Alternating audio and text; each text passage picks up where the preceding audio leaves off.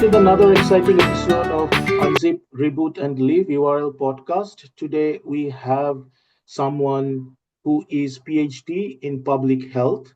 Now she is working as an associate professor, public health and leadership in Federation University, chair Australian chapter, African Science Research Innovation Council, professor of research, Fiji National University.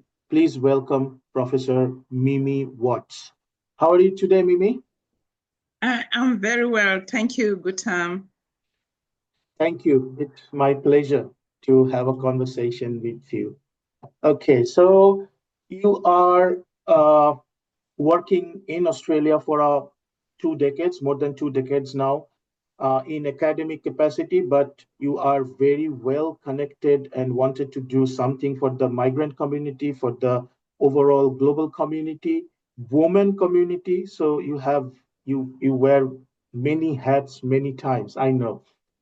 So first question to you is how cultural awareness training is important in healthcare, or do you think that a lot of cultural awareness is still there in Australian society? Uh, First, thank you so much for the introduction. As a skilled migrant to Australia, it's been an honor to serve in different capacities, primarily as an academic and as a healthcare professional, but also in respective leadership and governance positions. And over the years, the opportunity that has awarded me is leadership and strategic engagements across the communities, but also the different population groups that make Australia a multicultural society. My diverse interdisciplinary background, I guess, has prepared me for that. And as you know, I served as a commissioner for multicultural affairs here in Victoria for the state of Victoria, the peak advisory body on multiculturalism to the Minister of Multicultural Affairs. And again, that was another great opportunity and a platform to understand the layout and the landscape and that diverse tapestry that make Victoria such a diverse multicultural community. Though these days I really advocate for interculturalism rather than multiculturalism, because interculturalism awards us that opportunity to bring different groups together, whereas multiculturalism acknowledges the different groups living in their own diverse multiple communities. So I think I am really in that space to encourage interculturalism rather than just multiculturalism. Thank you. And Nice. yeah. Nice. So, what are the most common barriers migrant women face in accessing, let's say, reproductive or sexual health services? That is a very interesting question, because I think I'll look at it more like not just sexual and reproductive health services, but really just health services overall. And this will not be limited to migrant women. And I say that because it'd be interesting to know how educated a lot of the migrant groups or some of the migrants groups are, but you have barriers such as language within some of these communities, but also health literacy. But also today we have what we call e-health literacy with the innovations, with the current fourth industrial revolution, which is fantastic, it's an asset. At the same time, the challenge is e-health literacy, because there is a lot of information as well online, and sieving through that information to know what is relevant to you is important. But also understanding the healthcare system and the complexities of it. And I think for a lot of migrant people, that can be a barrier. Then stepping back in that sexual and reproductive health space, specifically, I guess again, you can look at different groups, different communities, and really think about the sexual health needs of the different cohorts. So it's not one size fits all. And as I highlighted before, health literacy remains a barrier.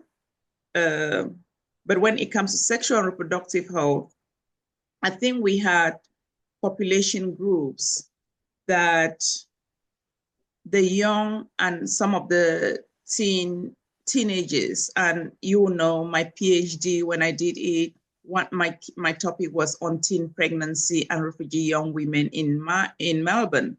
And at that time, which is over a decade ago, they were having really high rates of teen pregnancy. So that was telling you there was a significant gap in sexual health literacy.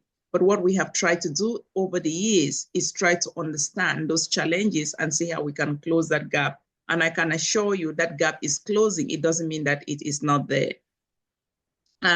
Another challenge, so for young people, I'll talk about, you know, the use of protective measures during sexual activities. And from my PhD, what I found was that their concern was more around protecting themselves from they were protecting themselves from teen pregnancy rather than a combination of the pregnancy prevention and also sexually transmissible diseases and infections.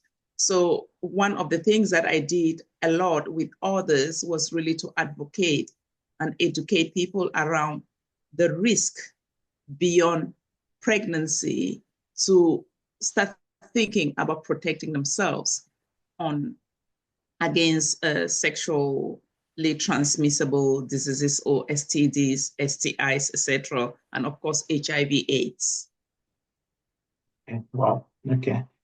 And as like you are in the public health, mental health also comes into that. So from your experience, how migrants now at least accessing these mental health care services?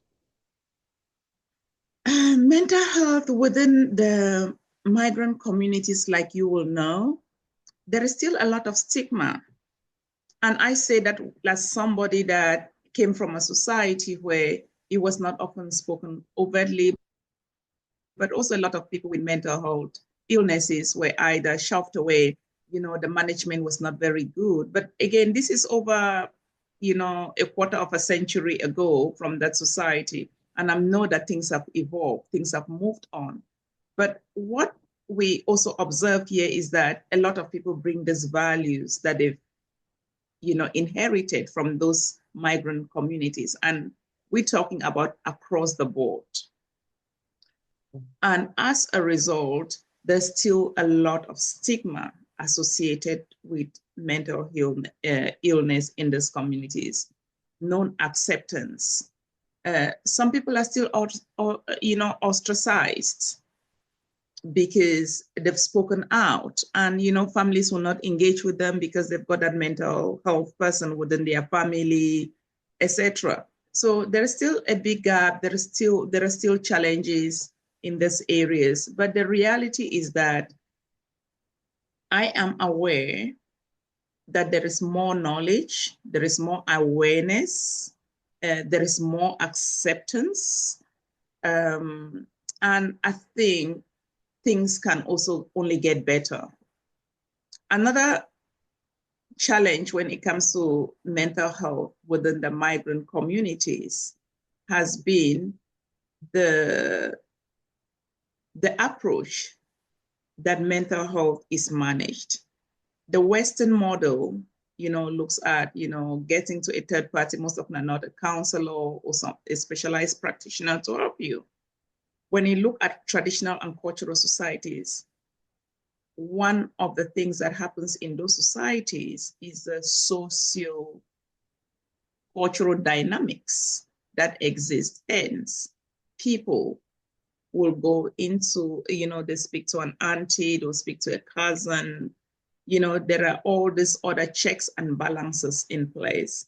And I think those approaches should be encouraged and supported, using this model where we talk about the cultural benches, bringing in the grandmothers, the great aunties to sit in these health facilities and have conversations with the young people or other people within the community. So I think mental health remains a challenge. And as we speak, I've been invited to speak to a couple of men's groups because the changes in the dynamics between the relationships between men and women has brought with it other challenges in terms of patriarchal structures that have existed for generations that have benefited primarily men. Those are being shaken. And as a result, a lot of the men, and unfortunately, I'm being approached by other men to say, hey, we have serious issues within our community. Can you help? And we think you will be fair and objective. So these are realities. There's a lot of anecdotal evidence. And I think we need some more research to ascertain these things and see the best ways forward. And I think the answers are within these communities. And if we can work with them, support them, I'm sure they'll bring the solutions because they do have the solutions. Mm-hmm. So just another angle of it, like all these traditional cultural things like grandma, and like a bigger family, those things are actually can play in teen pregnancy and teen sexual health, or those things are not coming into the picture because it's more of an Western problem. Just trying to understand it. No, can you just repeat the question? It's not clear to me. Oh, okay. So like in traditional society, we talk to our extended family, our Right. grandmoms, grandaunts. When it comes to teen pregnancy or teen sexual health, Yeah. these teens are comfortable talking through in their family. It depends. Again, these things come back to a relationship speaking to who. Right. So most often than not, you have structures where aunties and other extended family or close friends that live within proximity of each other.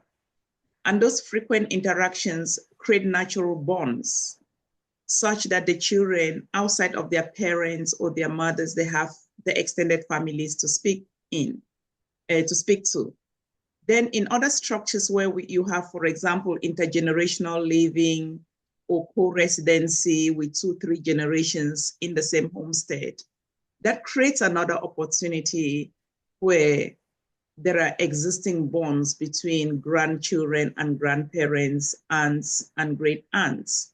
And again, they can speak to them. The aunties can provide that sexual health education outside of the mothers.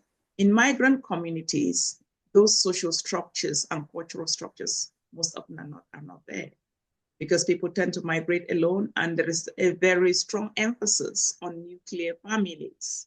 Hence, things that children may not be comfortable discussing with their mother or with their father, if they don't have a trusted friend that they call an auntie or somebody, then they have to seek information most often and not through their friends. These days, schools offer a lot of sexual health education, but the children actually receive it and they actually accept it.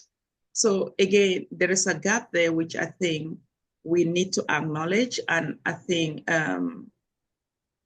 families, most often than not, there were certain things that, and I say this because during my interviews with teen mothers years and years ago, there were certain health education messages that naturally should have come from their paternal aunts because those were the cultural structures.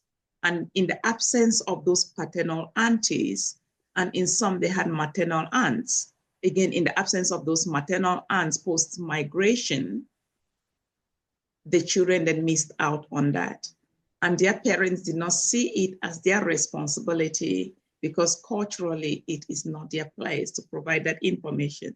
And this is where people like me stepped in. And I remember running a few workshops in different parts of Melbourne, Victoria on sexual education, etc. And some of the insights from young people, the type of questions, and I'm like, you should know that you're 17 or 18, but as a result of that, I never assumed anything. So yes, there is a gap, especially those that migrate after the age of 10, they miss out on those early stages of that, that period where they would normally quietly introduce them to those basic concepts of looking after your body, checking your body. And it's worse when kids have lived in protracted situations, for example, in refugee camps where they've not had opportunities for any education, or in some cases, very limited, or where they've had to be moving from one country to the other. So when you have those multiple migrations, those instabilities, most often than not, it leaves the children traumatized, but also they find that they tend to hang on to somebody when they find somebody. And that was something that, because they never know what was going to last. So the attachment to, young men was really a problem. But in other spaces, some of the things that I also found was that young women complained about the dowry, how their partners were expected to pay so much money, right, to marry them. And as a result, they knew that if they got pregnant, the element of dowry was going to be eliminated. Hence, a lot of them chose, so they planned to have a pregnancy because it immediately reduced the pressure on the partner in how much, in terms of when and how, and other cultural expectations when it came to getting married to them. Look, you can, and I've got this. This is a copy of my thesis. It's a big book. Oh, wow. Okay.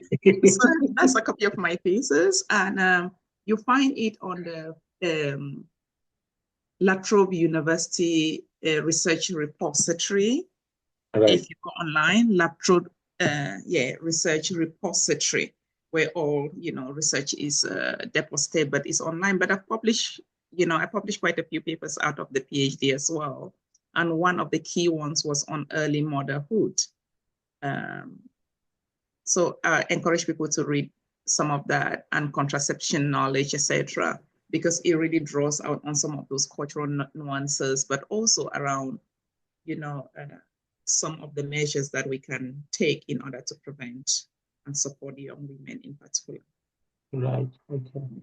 As you know, like I work a little bit into mental health side of things, and there in the healthcare side, lived experience, people are trying to get integrated with the healthcare system because they are coming with some new, with like own experience on the table.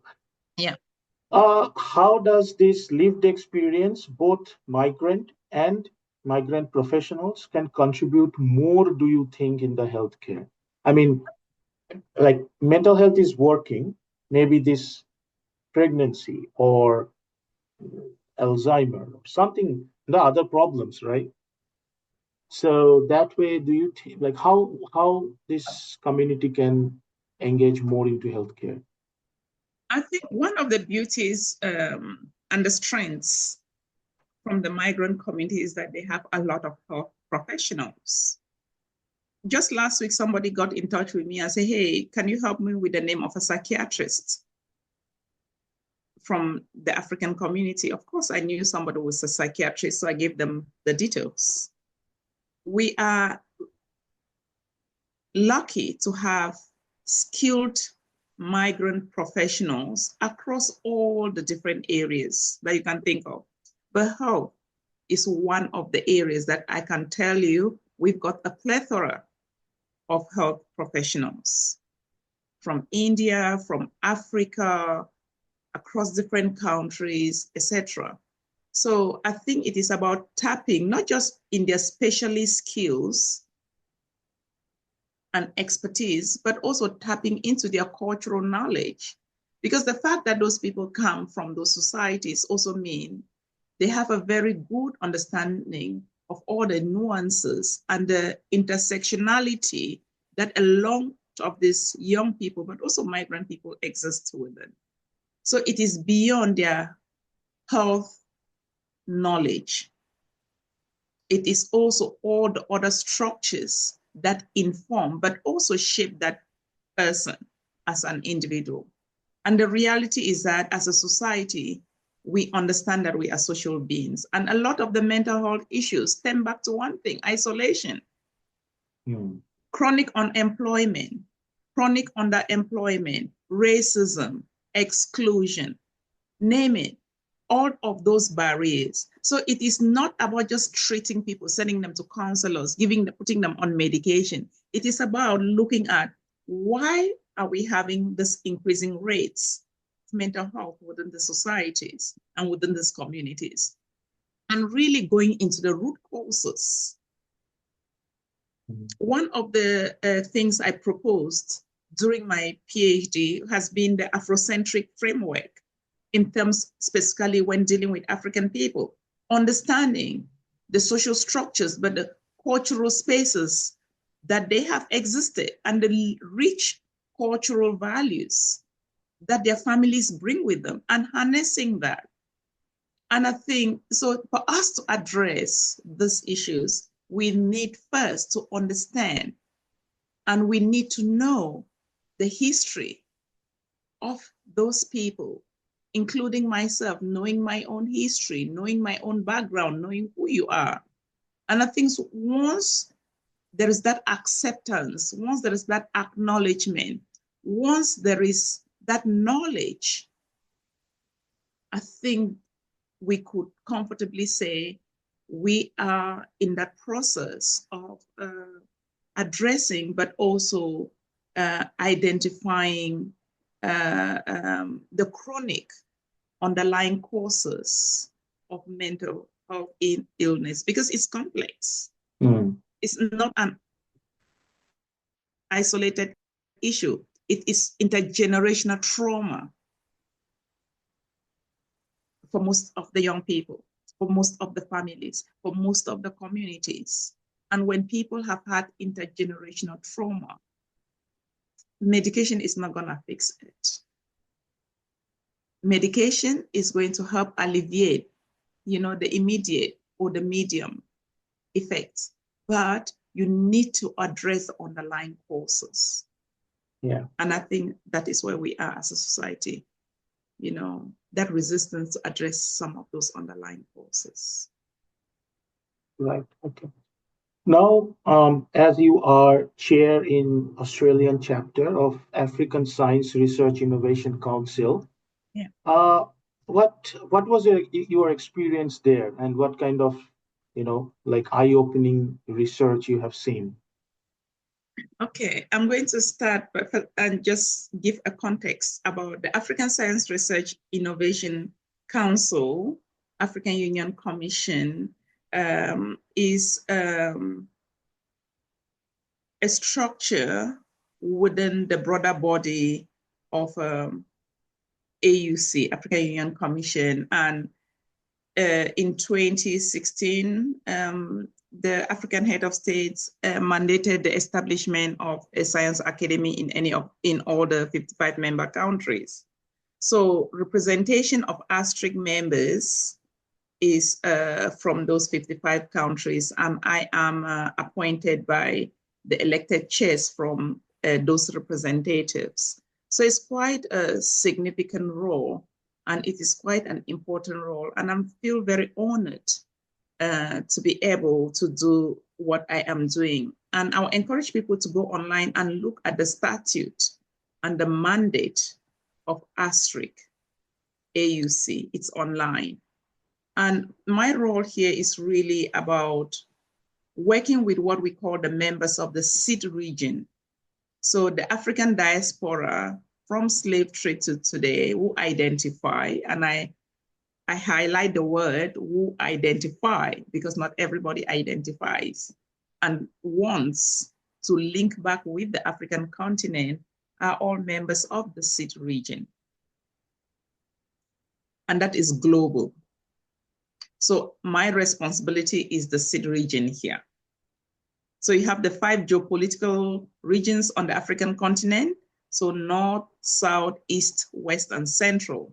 So those are the 5 geopolitical regions. And the members of the SID region are all of us in the diaspora. Some who went by force during the slave trade, some who have gone by force because of wars and instabilities, and some who have migrated by choice or for economic reasons as skilled professionals.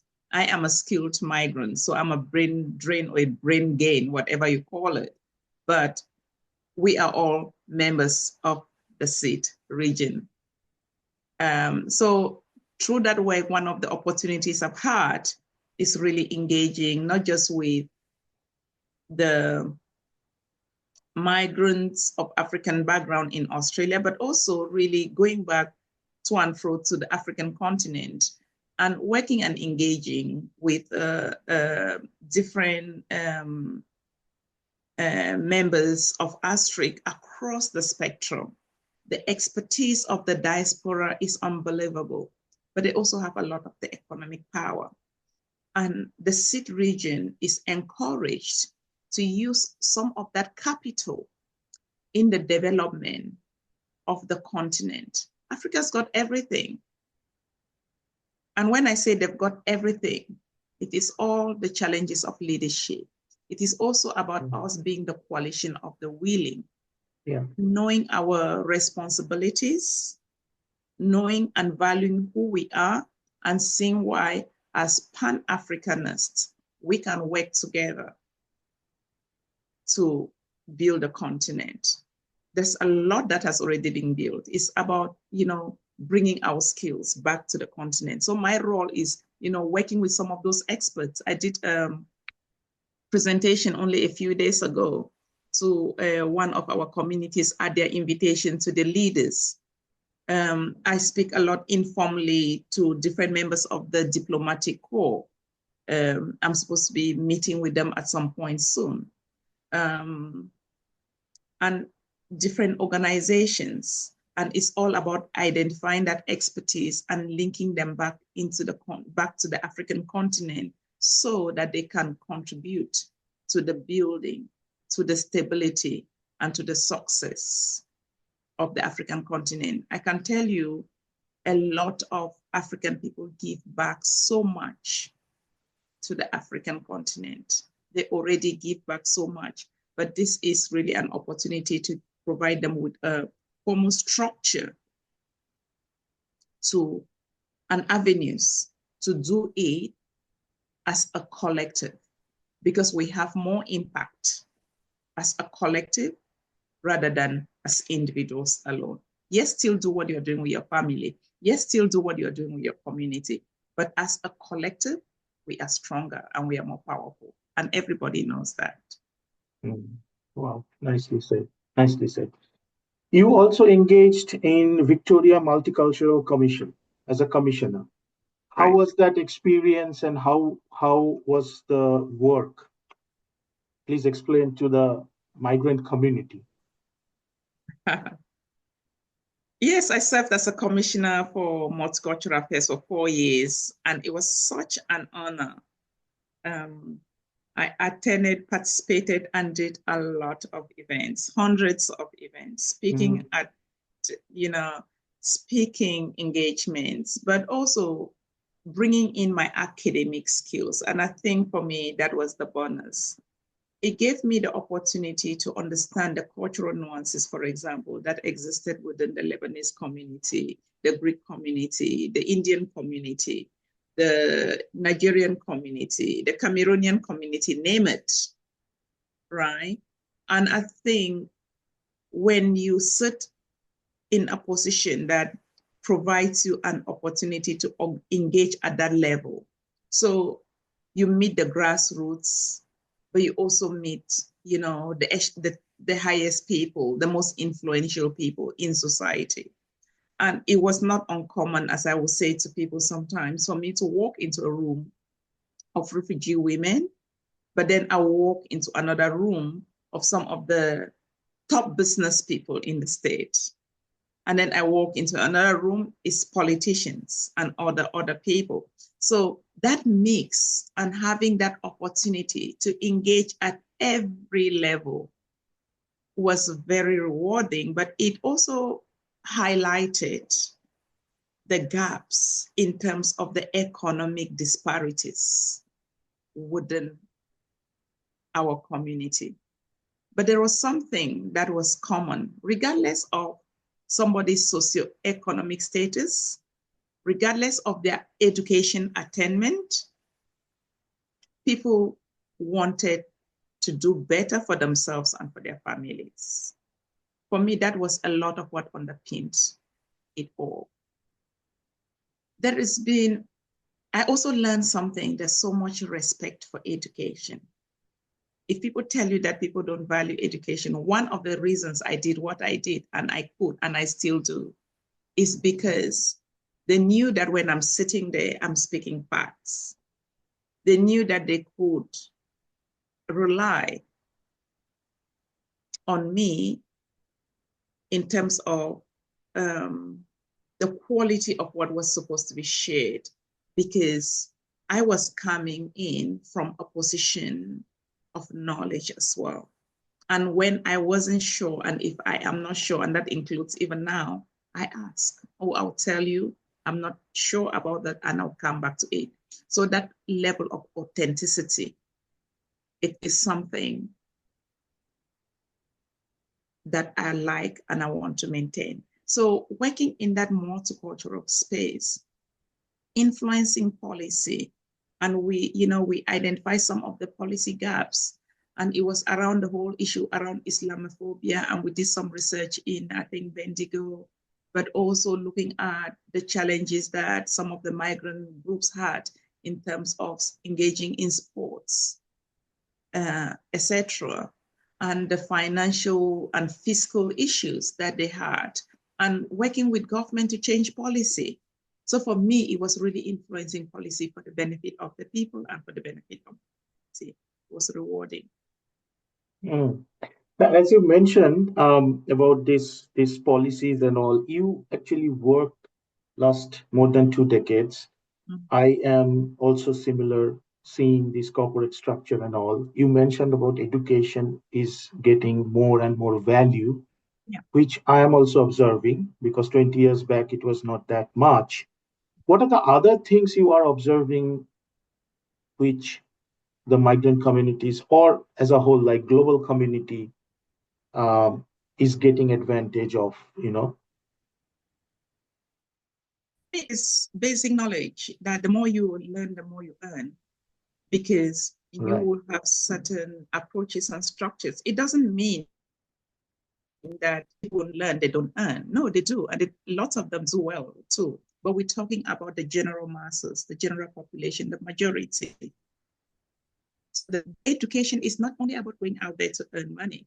Education is about empowering yourself with knowledge and using the knowledge for the development of society, but also for humanity. So it is a very powerful tool, as we know. Education is a powerful tool. And when you look around the world, people might tell you that education is not something that is the highest on their radar. And I can assure you that is not really the case, because look at some of the most influential people in the world. They send their children to some of the best schools and the best colleges and the best universities. It is not by accident. It is not by accident. It is very purposeful. And that is why you should ask yourself, why is it that They want their children to be in those institutions because that is where decisions are made.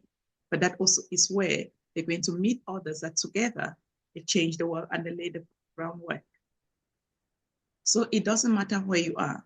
What is encouraging for me is when I travel around the world and I go to different societies, how people have embraced it, but also ensuring that their daughters, unfortunately, women still continue to be let down when it comes to education.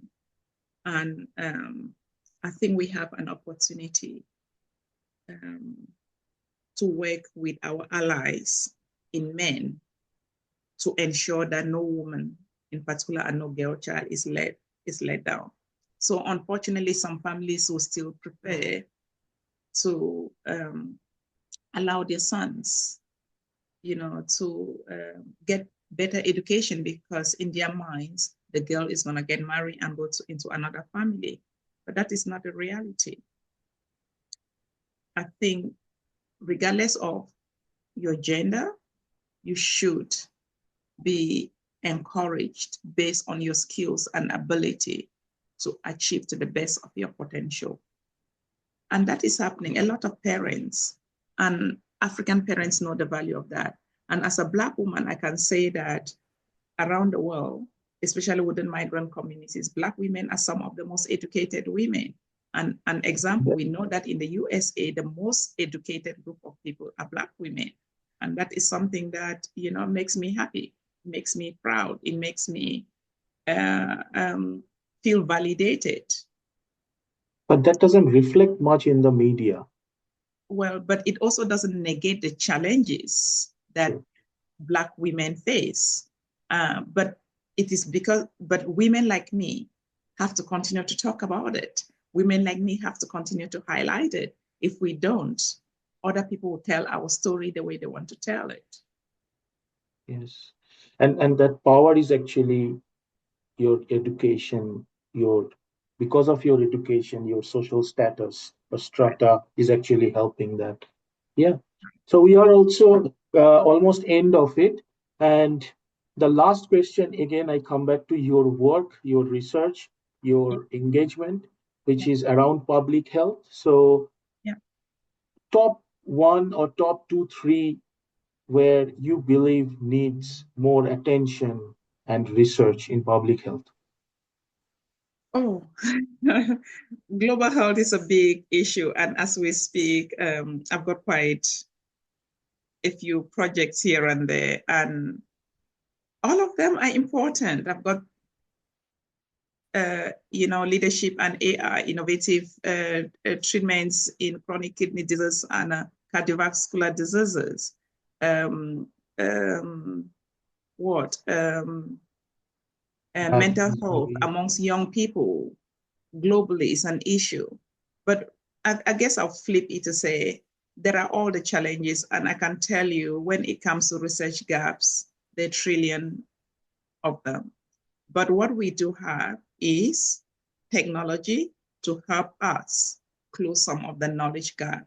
So for me, it is about how do we empower people with technological skills in particular to help them achieve e-health literacy, to help them achieve skills to address some of the barriers that exist within their communities, but also within themselves.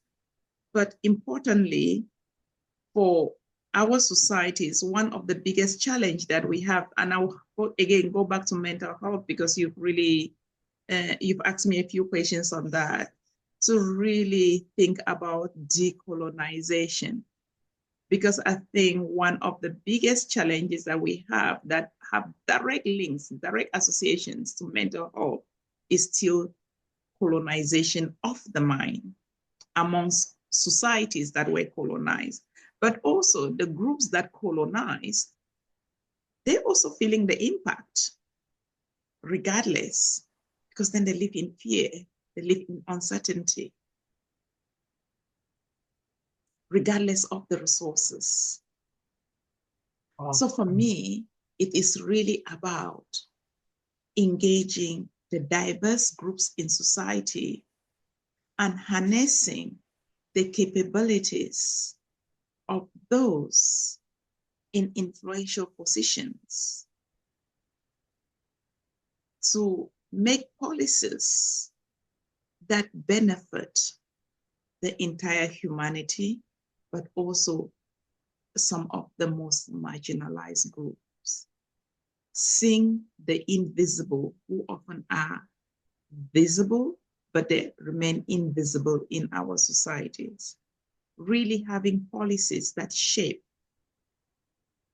and influence decision-making. But that also means we have to participate in those processes as well. We cannot be bystanders. We have to be active agents in this process. And also giving people agency. If you've got agency, if you've got a platform, bring others. I've got agency, you've got agency, but now you've got this other platform, Mr. Gautam, and you're bringing me onto your platform to be able to use my agency to help others, but also in that process to learn and reflect as well.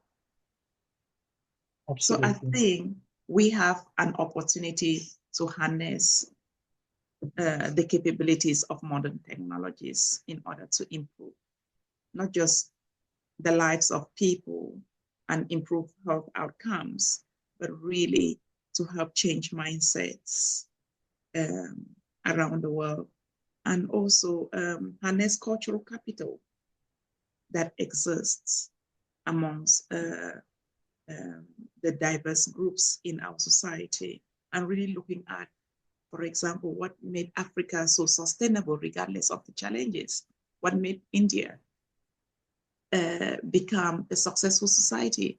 How did a place like China build itself so well within a period of 50 or less than 100 years, moving hundreds and hundreds of millions of people? What are the strengths in the society that we can capitalize on? And then looking at Western societies, what are some of the things that they've done so well that we can also harness? But what are some of the other things that we should not, bring into our own societies?